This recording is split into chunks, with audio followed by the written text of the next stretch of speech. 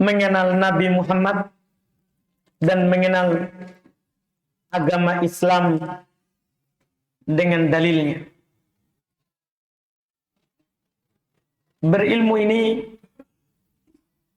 kami katakan di awal adalah awal wajib, karena inilah yang Allah Subhanahu wa taala perintahkan kepada kita di dalam Al-Qur'an. Ini yang Allah Subhanahu wa taala perintahkan kepada kita di dalam ayat yang sangat banyak. Di antaranya ada satu ayat di surat Muhammad ayat 19, nanti juga kita akan baca ucapan dari Imam Al-Bukhari rahimahullahu taala terkait dengan ayat tersebut, yang mana Allah berfirman, fa'lam annahu la ilaha illallah wastaghfir li dzambik. Ilmuilah, berilmulah, pelajarilah bahwasanya tidak ada yang berhak disembah kecuali Allah, dan minta ampunlah terhadap dosamu. Perintah pertama, berilmu baru beramal. Tidak dikatakan bertobat dulu baru berilmu, tapi berilmu dulu baru kamu bertobat. Karena bertobat tanpa ilmu, kita akan jatuh lagi dalam dosa itu. Tapi kalau kita berilmu dulu baru kita bertobat, maka mudah dan ringan bagi kita untuk meninggalkan dosa dan maksiat. Dan pentingnya berilmu ini, dia adalah salah satu-satunya perintah yang diperintahkan oleh Allah Subhanahu wa taala di dalam Al-Qur'an kepada nabinya untuk meminta tambahan. Ini harus kita pahami sebelum kita masuk di poin kedua, beramal. Berilmu ini awal wajib. Dan karena pentingnya adalah sampai Allah perintahkan nabinya untuk meminta tambahan ilmu. Kita maklumi bersama firman Allah dalam surat Toha ayat 114. Kata Allah, "Qul," katakan wahai Muhammad, berdoalah, "Rabbi zidni ilma." Wahai Rabb, tambahkanlah saya ilmu. Kalau kita melihat perkara di kehidupan dunia ini, banyak sekali yang mau kita minta. Banyak sekali. Ada harta, ada anak keturunan, ada istri. Banyak sekali. Kalau kita tanya masing-masing, kita saja di masjid ini macam-macam keinginan kita. Macam-macam kemauan kita. Macam-macam yang kita mau minta.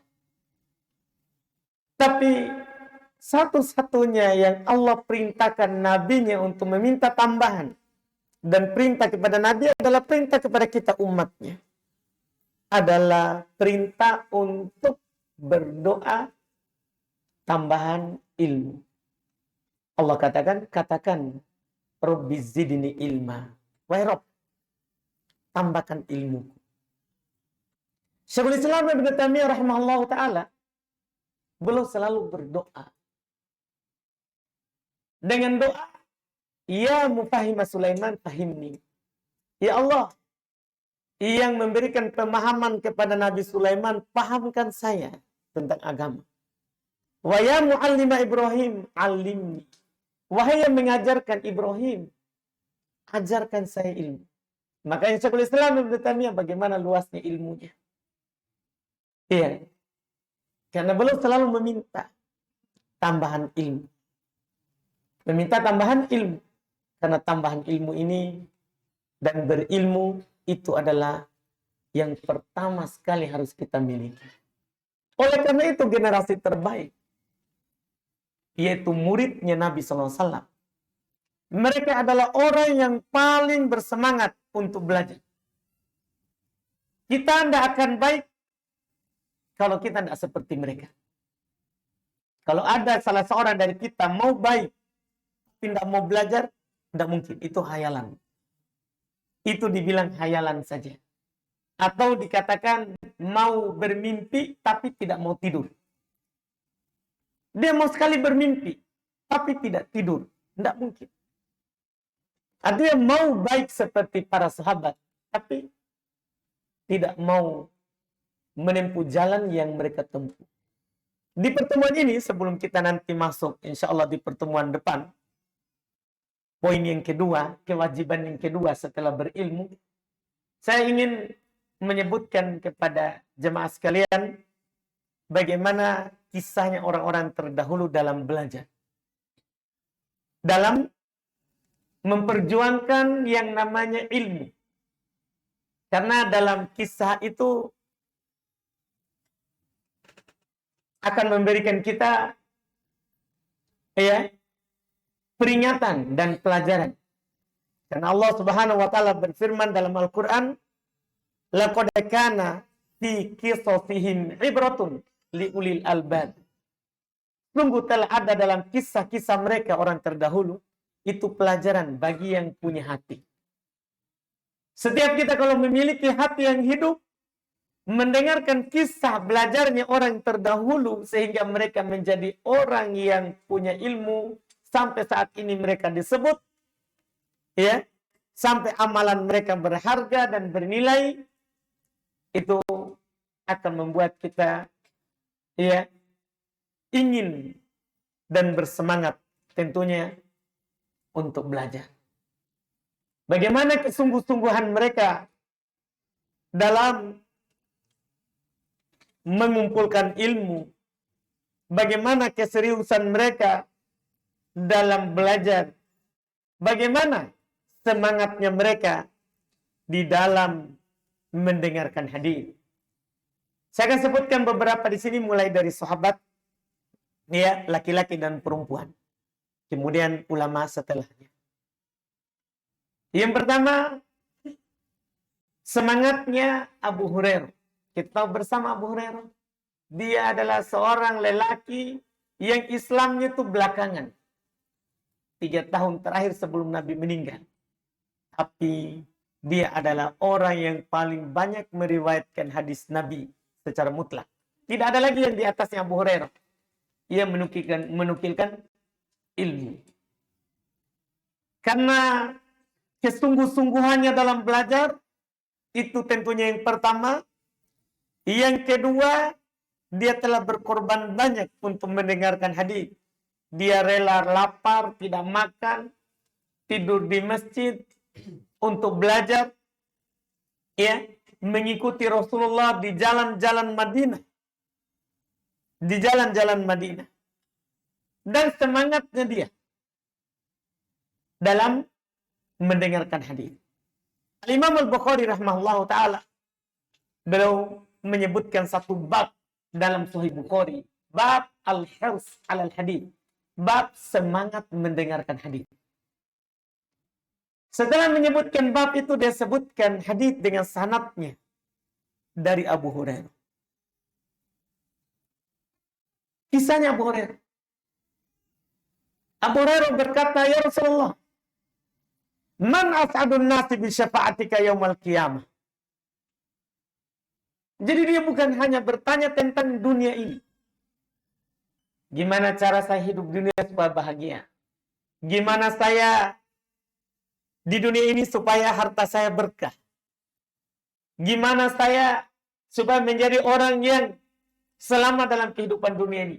Bukan hanya itu. Saking semangatnya, dia bertanya, "Wahai Rasulullah, siapa nanti orang yang paling berbahagia dengan syafaatmu pada hari kiamat?" Karena pada hari kiamat,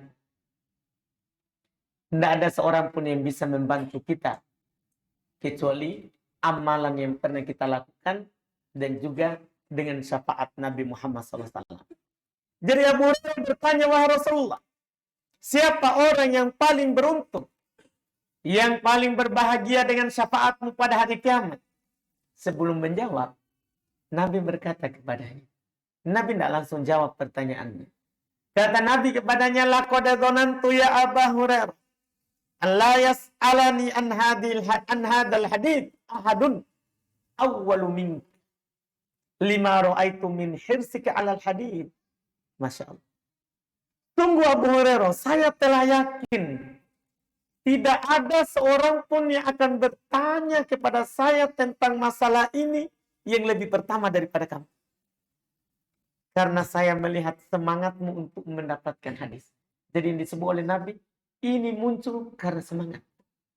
Karena kalau tidak semangat, tidak mungkin kita akan bertanya. Jadi Rasulullah katakan begitu.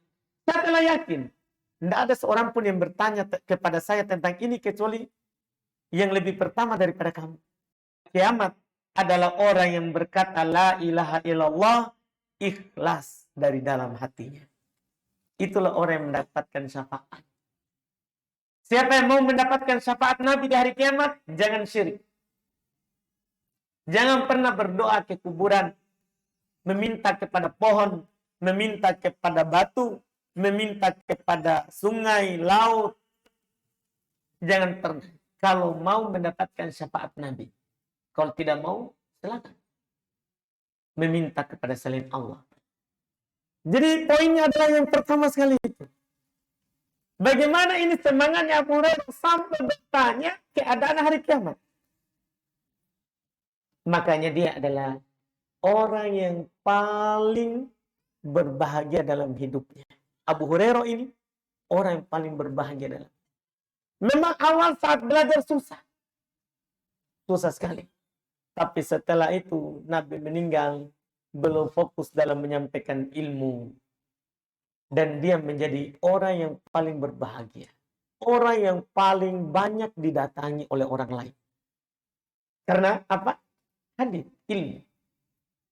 Ini yang pertama. Ini dari laki-laki. Dari perempuan, semangatnya wanita, wanita pilihan Allah untuk menemani Nabi Muhammad SAW menyaksikan Al-Quran itu turun. Wanita secara umum di masa Nabi, orang-orang yang bersemangat. Imam Al-Bukhari juga menyebutkan dalam sahihnya tentang semangatnya para perempuan di masa Nabi untuk belajar.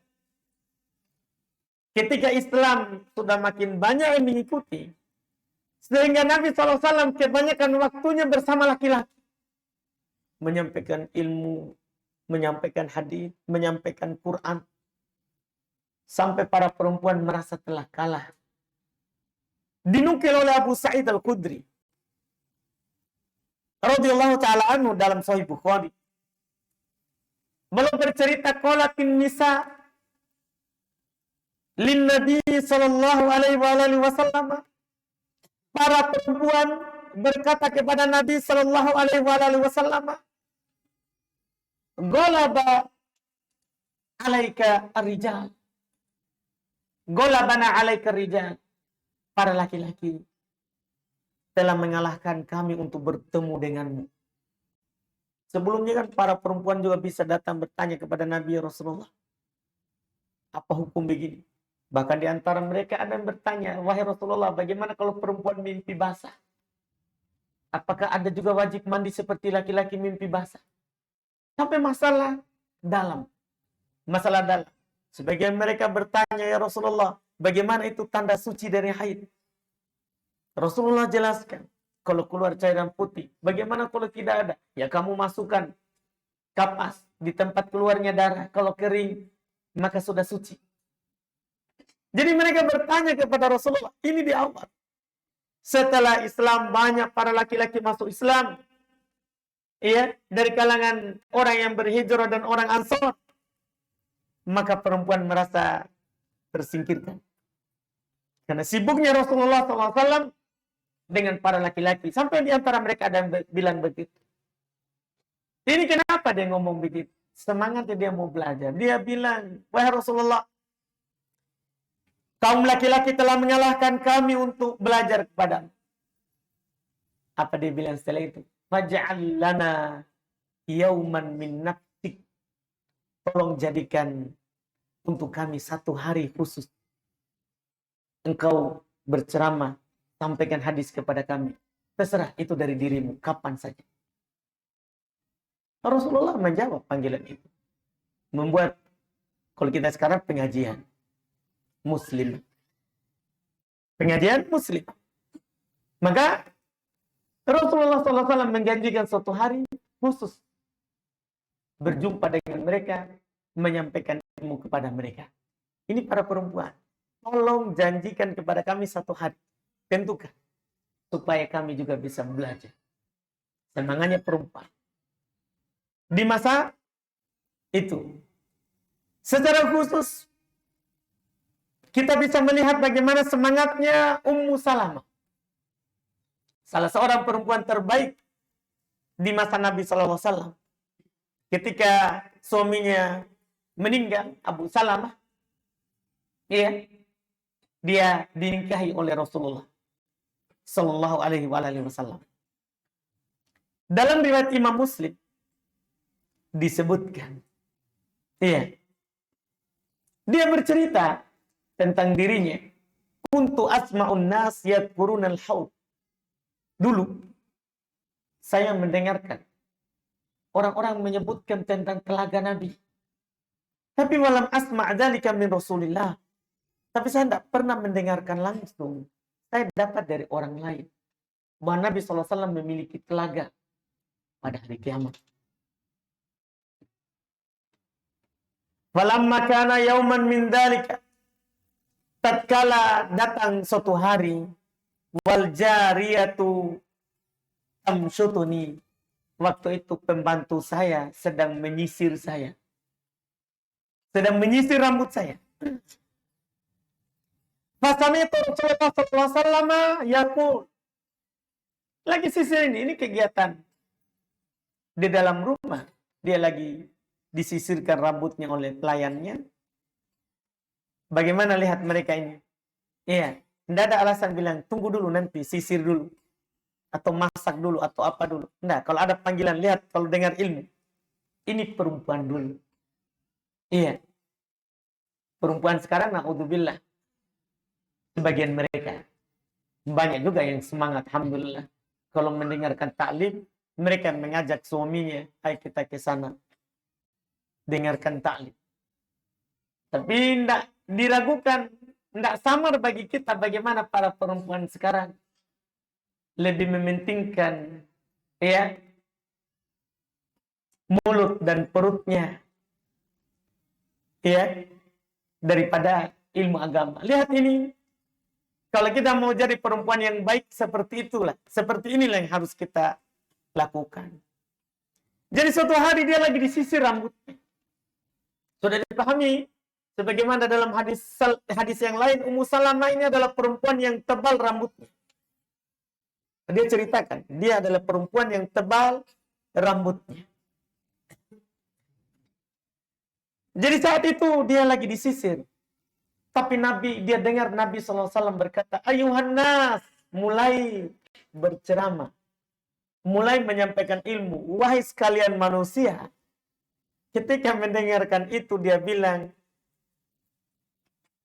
Aqul tulil jariyah, saya katakan kepada pelayanku itu, ista'khiri anni, minggir dariku. Artinya, jangan lanjutkan pekerjaan itu.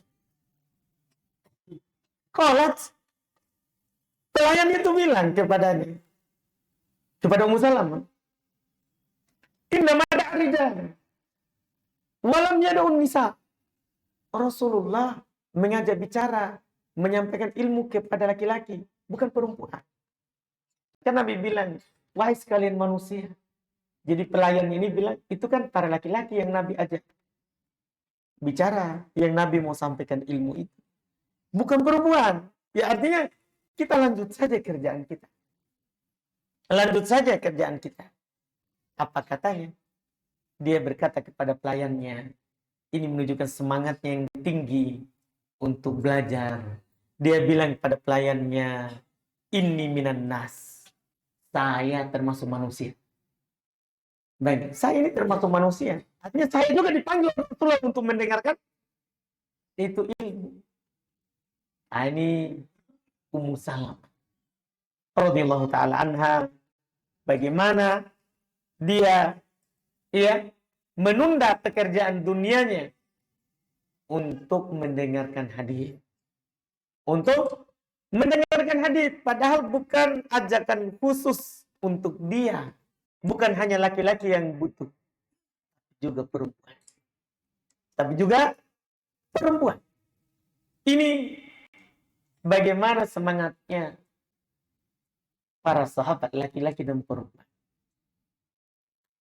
Di masa setelahnya lagi, ini kan kadang kita bilang, oh sahabat. Karena langsung di zaman Nabi SAW. Orang setelahnya juga seperti itu. Kita bisa melihat bagaimana kisah Al-Imam Al-A'mash bersama muridnya. Kita tahu bersama Al-A'mash.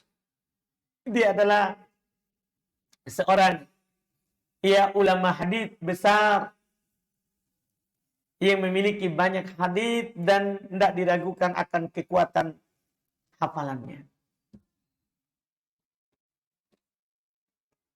Seorang guru ini, yaitu Al-A'mash, dia punya ketentuan ketika menyampaikan hadis, tidak boleh ada seorang pun yang duduk di sampingnya.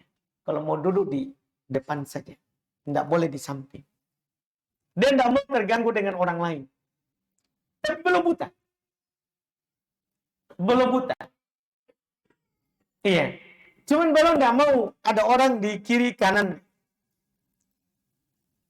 Suatu ketika ada seorang muridnya diceritakan oleh Muhammad ibn Ubaid rahimahullahu ta'ala. Ada seorang muridnya, dia kurang puas mendengarkan kalau dari belakang. Akhirnya dia beranikan, gurunya buta. Akhirnya dia pergi duduk di samping. Ya Al-A'mash merasakan ada orang di sampingku. Apa yang dia lakukan? Kita tahu. Berkata Muhammad, dia ceritakan tentang gurunya ini bersama muridnya itu tadi. Kana al-a'mash la yad'u ahadan yaq'udu bi jambi. Fa in qa'ada insanun qata'al hadits faqama. Keras belum? Karena itu syaratnya dalam menyampaikan hadis. Cerita Muhammad ibn Ubaid, beliau tidak pernah menyuruh membiarkan seorang duduk di sampingnya. Kalau ada seorang duduk di sampingnya, langsung beliau berhenti menyampaikan hadis dan beliau pergi. Karena tidak memenuhi syarat. Tidak memenuhi syarat. Tapi wakana ma'ana rajulun yastaskiluhu. Dan adalah bersama kami para murid seorang lelaki berat sekali, tidak mau dia tidak mau duduk di belakang, dia mau dekat sekali sampai dia di sampingnya. Kan ada tentunya bau badan, kan tentunya dicium oleh guru. Iya. Maka apa yang dilakukan? Fafatin al-A'mash. Al-A'mash pun sadar ada orang di sampingku ini. Akhirnya apa yang dia lakukan? Dia tidak usir. Dia tidak berdiri waktu itu. Dia juga tidak usir muridnya. Karena ini murid dia lakukan bukan karena dia tidak mematuhi gurunya. Cuman dia semangat ke depan. Dan dia merasa berat kalau di belakang. Merasa berat. Dia merasa sedih kalau dia dapat di belakang. Akhirnya majelis sudah penuh, dia jalan ke depan. Al-A'mash sadar ada orang di samping. Apa yang dia lakukan? Al-A'mash juga tidak tanggung-tanggung. Kan ini tidak taat. Tapi dia ini semangat. Apa yang dia lakukan? Al-A'mash, kata Muhammad ibn Ubaid, faja'ala yatanakham. Maka Al-A'mash pun mengeluarkan dahaknya. Dahak ini bukan ludah. Mengeluarkan dahaknya dari dalam dan dia meludah ke arah situ. Karena muridnya tadi. Tapi kita tahu apa yang terjadi. Itu muridnya kata Muhammad ibn Ubaid, ya beruku alaihi wa rajulu sakit. Jadi Al-A'mash meludah, bukan ludah biasa, bukan ludah yang basah, ini yang nakhma, yang apa itu? Dahak ya. Yang kita tahu lah itu. Bagaimana jijiknya kita itu. Kalau ada kita kena saja kapan ludah sudah. Aduh, kan begitu. Ini kita tahu ini orang karena semangatnya mendengarkan hadis. Al-A'mash ludahi dengan dahaknya itu. Dia diam duduk mendengarkan hadis. Karena kalau dia ribut, dia sadar Al-A'mash akan pergi. Karena kalau Al-A'mash ini tahu ada orang di sampingnya, kalau dia ini bergerak, Al-A'mash akan tahu bahwa ada orang di sampingnya. Kan begitu. Akhirnya dia diam, di ludah itu tetap mendengarkan hadis sampai selesai. Semangat bagaimana itu? Bayangkan. Waktu itu tidak ada kipas, tidak ada AC. Iya, orang datang jalan kaki. Semangatnya mereka duduk. Belajar. Ini Al-Amash bersama muridnya. Al-Imam Syu'bah. Kita tahu kan Syu'bah. Imam dalam hadis. Iya, istilahnya Amash. Al-Amash. Disebutkan oleh Al-Imam Al-Fasawi di kitab Al-Ma'rifah wa Tarikh. Disebutkan bahwa Abu Kamil Al-Mudzaffar Al-Mudzaffar Ibn Mudrik, iya, bahwa dia bercerita mereka pernah menyebutkan satu hadis, iya, terus Imam Syu'bah ternyata dia belum pernah mendengarkan itu hadis, baru saat itu, tidak pernah dia dapatkan sebelumnya. Apa dia bilang? Iya, aduhai wahudni, menyedihkannya saya ini. Ada satu hadis yang tidak pernah saya dengar. Jadi mereka bersedih kalau tidak mendengarkan hadis. Mereka sedih kalau luput. Lihat semangat mereka. Tapi yang lebih dari itu, saya mau sampaikan sekarang adalah Imam Al-Bukhari. Dan kita semua tahulah Imam Bukhari. Iya, yang punya kitab Sahih Bukhari, sepakat kaum muslimin untuk menerimanya. Dia salah satu dari 2 kitab yang paling sahih setelah Al-Quran. Iya. Imam Al-Bukhari kita tahu, dia jadi imam seperti itu, ada pengorbanannya. Saya sebutkan sedikit pengorbanan beliau disebutkan oleh Al-Imam Ibnu Katsir rahimahullah di kitab Al-Bidayah wan Nihayah. Di jilid 11 halaman 25. Beliau sebutkan kisah aneh dan ajaib dari Imam Al-Bukhari. Beliau sebutkan ini Imam Bukhari, bapaknya meninggal saat dia masih kecil. Ini Imam Bukhari. Dan dia tumbuh di bawah asuhan dari ibunya. Hanya dijaga dan dipelihara, dibesarkan oleh ibunya saja. Dia meninggal, bapaknya sudah meninggal dari kecil. Anak yatim beliau. Cuma Allah Subhanahu wa Ta'ala memberikan kekuatan hafalan kepadanya untuk menghafal hadis, ya, dan membaca kitab yang banyak di umurnya masih muda. Iya. Disebutkan bahwa saat berumur 16 tahun itu beliau sudah hafal 70.000 hadis. 70.000. Sebelum 16 tahun. 70.000. Bukan 70 biji. Iya, 70.000. Sudah hafal begitu. Iya. Dan pertama sekali beliau keluar belajar. Jadi beliau pergi berhaji sekaligus umroh pada usia 18 tahun. Itu pertama sekali beliau keluar belajar, keluar dari daerahnya. Sebelum itu sudah hafal banyak. Dia keluar umroh, keluar haji, dan sudah dia pamit di ibunya. Saya tidak akan kembali. Saya akan keliling Makkah, Madinah, Yaman. Dia mau keliling alam untuk belajar. Maka saat itu dia melakukan perjalanan ke Makkah untuk haji dan sekaligus mencari hadis di negeri Makkah, Madinah. Dia keliling dan dia mendatangi, melakukan perjalanan mendatangi dan mengunjungi seluruh ulama hadis dan menulis darinya. Kita tahu berapa orang dia datangi satu kali keluar itu? disebutkan dia mendatangi 1000 guru. 1000. Kita baru datang ke seorang, 2 orang sudah hebat kita.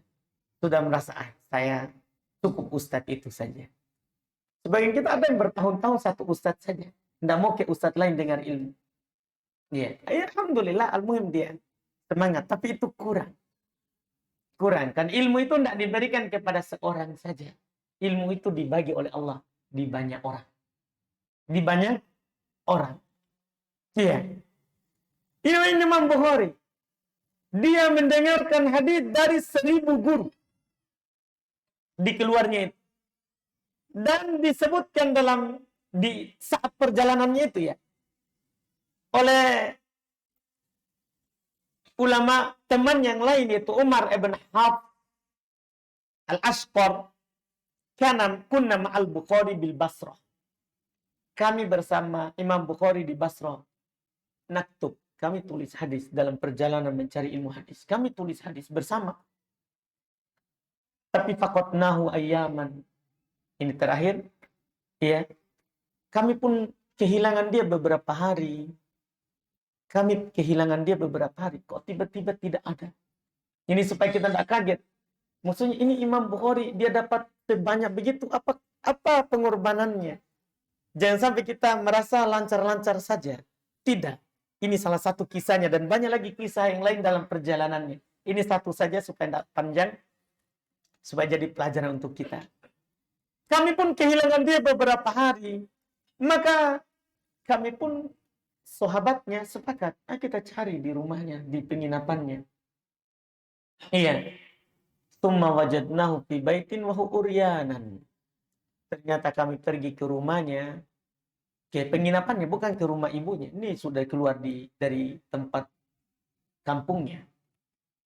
Kami dapati dia ternyata telanjang, pantasan tak keluar, telanjang, tidak ada pakaiannya. Waqadana pidana indah, sudah habis semua yang dia miliki. Dia sudah jual dalam belajar. Kan keluar satu kali, dia keliling banyak guru. Tentunya bekalnya habis. Habis bekalnya, akhirnya dia jual sedikit-sedikit yang dia punya. Sampai pakaian yang dia pakai habis. Maka para temannya pun kata, ya Umar ibn Hafs al-Ashqar, ya, faja'alna lahu darahim hatta ashtarainahu tauban wa kasainahu. Sampai kami pun para teman mengumpulkan beberapa dirham untuk menolongnya, membantunya, dan kami pun membelikannya pakaian, dan kami memakaikannya pakaian itu. Baru keluar lagi belajar. Ini perjuangannya. Habis yang dia miliki, sampai seperti itu. Kita sekarang belum ada orang yang sampai jual baju untuk pergi belajar. Tapi bersamaan dengan itu, kita mau seperti Imam Bukhari, tapi tidak mau berkorban. Tidak mau berkorban. Ada pengumuman belajar.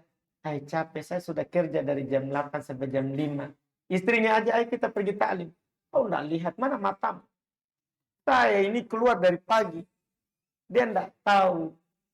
Kalau belajarnya itulah nanti yang berguna di kuburan. Lihat Imam Bukhari, kenapa dia disebut sampai sekarang? Kita kira karena hartanya? Bukan. Karena hadisnya. Sampai sekarang dia disebut dan sampai hari kiamat disebut namanya karena ilmu, bukan karena harta yang dia cari. Ini beberapa semangatnya para sahabat dan para ulama terdahulu dalam belajar. Karena belajar itu sekali lagi inilah yang paling pertama kita dahulukan. Baru nanti kita beramal. Insya Allah kita akan sampaikan di pertemuan yang akan datang. Sudah masuk waktu? Masuk ya?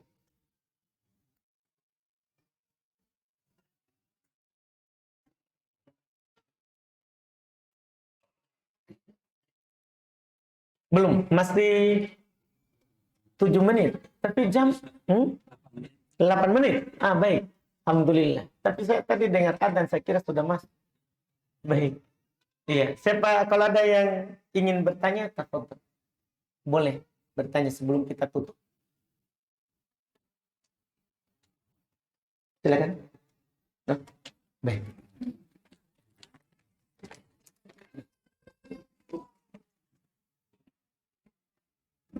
Izin bertanya Ustaz. Satu, bagaimana hukum seorang dalam rakaat pertama tidak mendapat takbiratul ihram, tapi mendapat imam dalam keadaan ruku, tapi tidak membaca surah Al-Fatihah? Apakah rakaatnya cukup dengan mendapati imam dalam keadaan ruku, tapi tidak membaca surat Al-Fatihah, atau dia menambah rakaatnya? Itu cukup dan dianggap dapat. Berdasarkan hadis yang diriwayatkan oleh Imam Al-Bukhari rahimahullahu taala, bahwa sahabat Abu Bakar datang ke masjid, Nabi SAW sedang ruku, maka dia pun ruku. Bahkan beliau ruku di pintu karena maunya dapat. Ruku di pintu sambil beliau jalan ke shaf karena maunya dapat. Setelah selesai sholat, Nabi hanya mengatakan, zadakallahu hirsan wala ta'ud. Semoga Allah menambah semangatmu, jangan kamu ulang lagi, yaitu jangan kamu ulang ruku dalam keadaan berjalan. Ya, karena Nabi menasihatkan kepadanya, idza ataitumus shalah fatuha bis sakinati wal waqar. Kalau kalian mendatangi salat, datangi dengan tenang dan penuh wibawah, tidak perlu sampai seperti itu. Wa ma adraktum fasallu, apa yang kalian dapat langsung saja salat, wa ma fatakum fa'timu. Dan apa yang misalnya luput, maka tinggal disempurnakan setelahnya. Di sini poinnya kata para ulama seperti Imam Syafi'i rahimahullahu taala dan mayoritas ahli hadis, Nabi tidak menyuruhnya untuk menambah. Ini menunjukkan siapa yang dapat ruku, maka dia dapat satu rakaat. Wallahu a'lam. Tentang pertanyaan kedua, tentang seorang yang punya jasa transfer tunai dan tarik tunai, di mana ada biaya tambahan atau pemotongan biaya. Apakah dibolehkan atau termasuk riba, Ustaz? Kalau itu adalah jasa, boleh dan tidak termasuk riba. Kalau itu jasa, seperti kita transfer di beda bank, kan akan kenakan apa? Potongan. Itu bukan riba, kan itu adalah biaya transfer. Itu bukan riba. Kalau itu yang diinginkan, maka bukan riba. Iya. Karena ini jasa pemindahan uang. Beda kalau dia berutang. Iya, dibilang tolong kirimkan dulu ke teman saya, nanti saya bayar. Nanti, oh boleh. Yang penting nanti ditambahkan 2.500, 6.500, 10.000. Itu riba karena utang. Dan ini akadnya akad apa? Utang, bukan akad jasa. Dan dia bilang pinjam dulu, tolong kirimkan teman saya. Jadi kalau akadnya akad utang, riba. Karena setiap manfaat di balik utang riba. Adapun kalau jasa langsung kirim waktu itu, langsung tarik waktu itu, bukan riba. Wallahu a'lam. Sudah habis? Silakan. Tafadhol.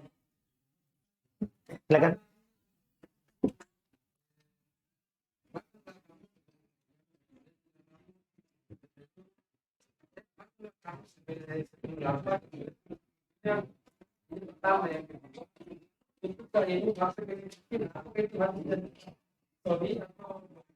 Baik.